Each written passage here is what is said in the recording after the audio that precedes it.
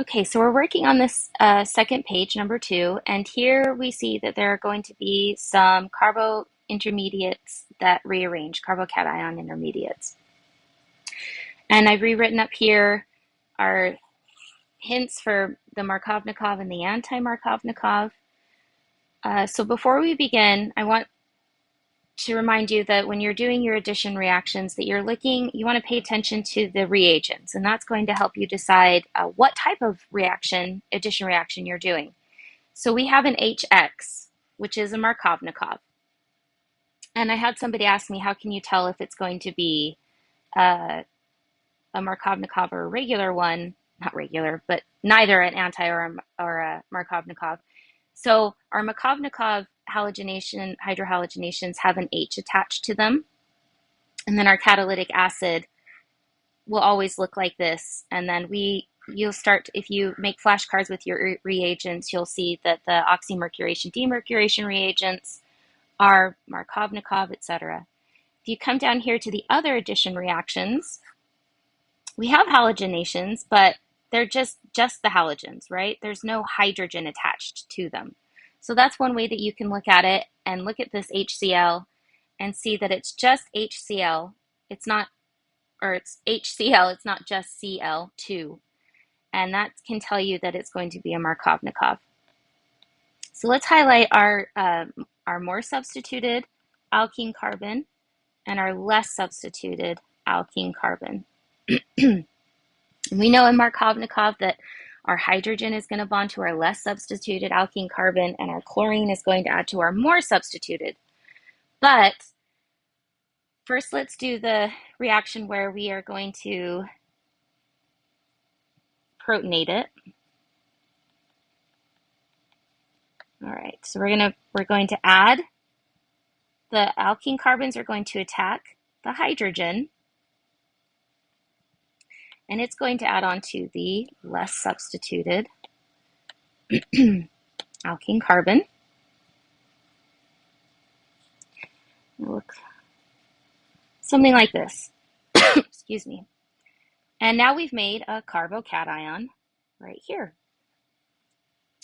So here we're going to assess our carbocation. Is it stable here, or does it want to move? And if it can move, where can it move? So we have a couple of options. It can only move one bond away, right? There can only be a rearrangement one bond away. So we have this carbon here, and we have this carbon here.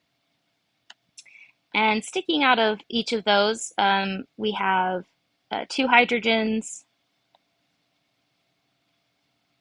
Let's see, right here, and I won't draw it in because it'll get messy. But then what do we have at this one? I'm going to draw it in. So we have 1, 2, 3 bonds to this carbon, which means that hiding in here is another hydrogen. So we have 2 hydrogens that we could do a hydride shift with. And which of these hydrogens, this one or this one, is more substituted? This one is more substituted. So what we can do then is move this hydrogen to this carbon, and that makes our carbocation move over to the more substituted carbon. We're going to draw that in. And look like this. So we've taken this hydrogen and we've moved it over here. Ta-da! There's really 2 hydrogens there, but I'm going to erase that. So it's not too, let's keep it in. So you can see where that shift happened. Okay. So originally, if we hadn't have paid attention to that carbocation hydride shift, we probably would have added our chlorine right there, and that would have been wrong. It would not have added there because this molecule would have rearranged itself to a more stable, lower energy conformation, which is this, which means that our chlorine is going to add to that carbocation, not to this carbocation. And that's why rearrangement is so important. We're going to draw it this way. All right, so now our chlorine is going to attack, And we made our chlorine negative when we deprotonated it. When the alkene electrons attacked our HCl, it made a chlorine ion. So it becomes our nucleophile and it attacks our electrophile, and we add it on to the carbocation, and you get that. Now, Dr. Minger said that there is another rearrangement where you can do a methyl carbocation rearrangement. I don't really know how to show that or even do it because those always confuse me. So if you want to know how to take it from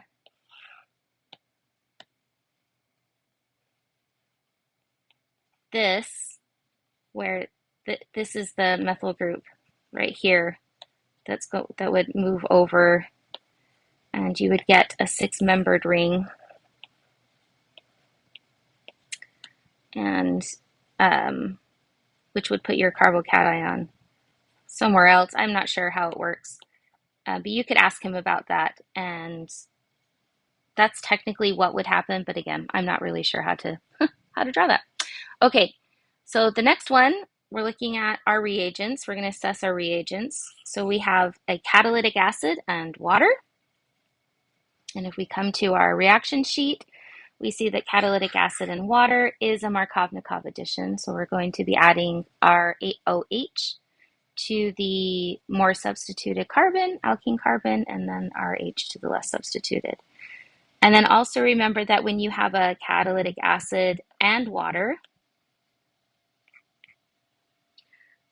that you're working with H3O. So H3O plus. And that in these conditions, our water is both a nucleophile and a Bronsted base. So it's going to behave both ways. We did a problem like this earlier on the first question. Okay, so the first thing that we want to do is have our alkene electrons attack the hydrogen. Oops, those electrons go into the oxygen. And we get ourselves this, and here's our H to the less substituted, and then we get our plus on our carbocation on the more substituted carbon. Okay, so we have a hydrogen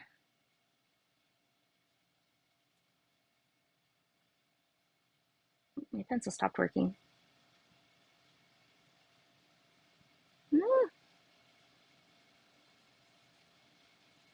Okay. Oh. Yeah. I'm going to redraw this. It's a little messy. Okay. So we added our hydrogen here, and we have our carbocation there. All right. So do we have any hydrogens that we can do a hydride shift with? Well, we have this hydrogen that's less substituted than where our carbocation is, and we have no hydrogens here. But we can do the methyl carbocation shift. So we can take one of those methyl groups and switch it with our carbocation, and it ends up looking like this. So our methyl group actually comes over here, and then we have a plus.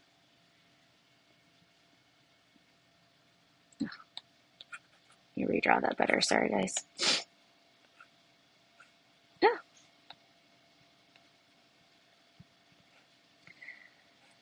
We have methyl group is coming up here, and now our plus is on this carbon, and we still have our H that we added over here. And now we can do what we did up above, which is use our water as our nucleophile, and it's going to attack our carbocation and add itself on. And I'm not going to draw the H in each time, but you are more than welcome to if you want to remember kind of where it's hanging out. All right, so we've added on water, and remember we've got this plus charge on oxygen. It's not stable, it's high in energy. So we're going to take our water and it's going to act as a Bronsted base and deprotonate one of those hydrogens.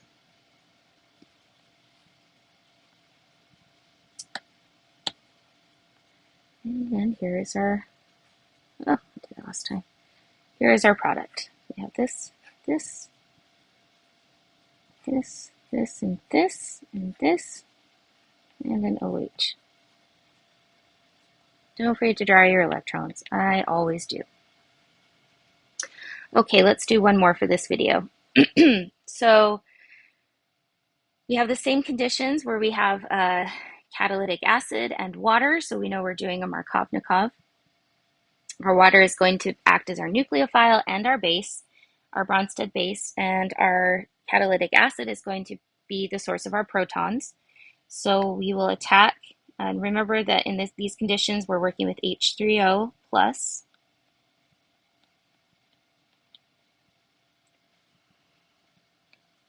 And our alkene pi electrons are going to attack the hydrogen and add it to the less substituted because this is a Markovnikov.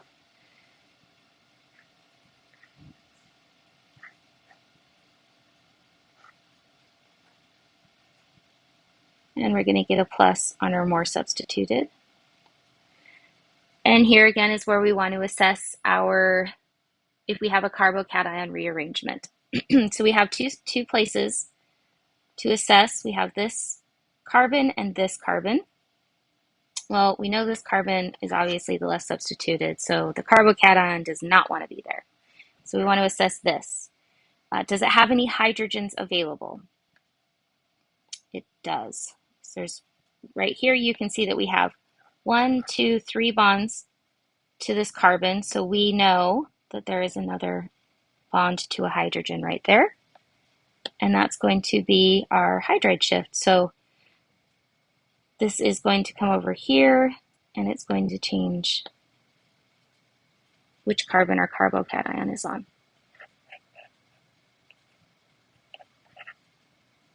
We added that H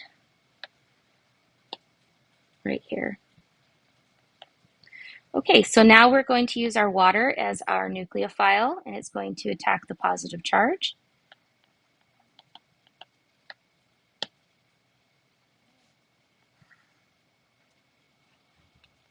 The carbon that bears the positive charge. And we're going to get the same thing we've been getting, which is this positively charged water molecule does not want to stay positive, so then our water is going to behave like a Bronsted base and deprotonate that extra hydrogen.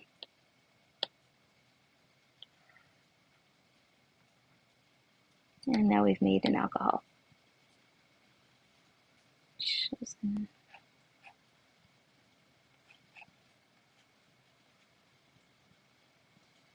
try it. There you go.